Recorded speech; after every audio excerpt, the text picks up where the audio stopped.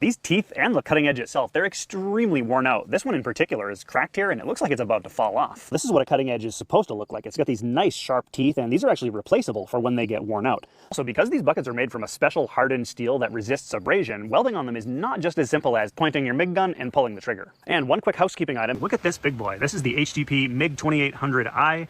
And it does a cool thing called carbon air arc gouging. This right here, which we're keeping dry, is a carbon rod. It's kind of like a stick electrode, except it's made of carbon and it's got a copper coating. Now, if we add on top of that, these are not the actual teeth, but rather these are the teeth holders. And if you look at this one over here on the end, you can see it pretty well. A tooth fits over this and then it gets pinned in right here. And so the teeth would normally stick out quite a bit farther. It's kind of okay as it is. But if I install the new lip with the teeth coming out here, there's almost no material here to really hold it in place.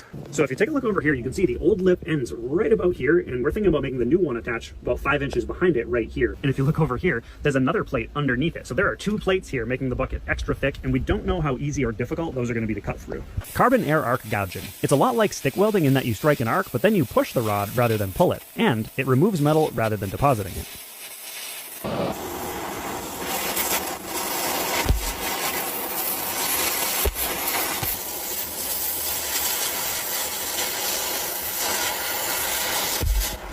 We both jumped there. Peter's cut all the way through on this end over here. All right, here we go. This is going to be my first time trying this. We'll see how easy it is. So the first step is to turn the air on by hitting this little button here, but it's really loud, so I'm going to hold off on that for a second. And you want to make sure you do not pull it, because if you do, it deposits carbon into the metal, which causes problems.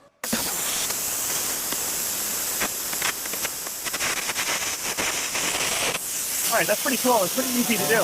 Well, it got dark, so we called it quits for the night, but we pretty much managed to get the whole thing cut out, except for a little bit in this corner. If you take a look here, you see there's quite a bit of a gap here in between the plate that was added and the original bottom of the bucket, and it kind of looks like there's also a third layer in here too, a very thin one though.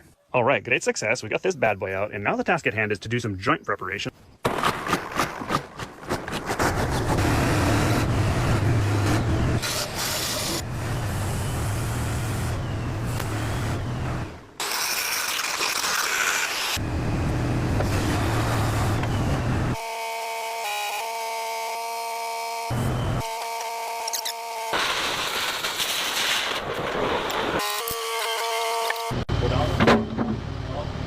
Come back up. Try to just roll it in towards you just a little bit. I mean, that's lined up pretty well right there. Do we want it lined up there, or do we want the bucket lower? No, yeah, so look underneath and you'll know. Or do we want it somewhere in between? No, you kind of want it right there pretty much. Okay, so we're test fitting and it's surprisingly good so far. Right about here is perfect. That's where we want it. And then over on this side, I think we want it to come up just a little bit. So we got a little bit of material to remove there in the corner that's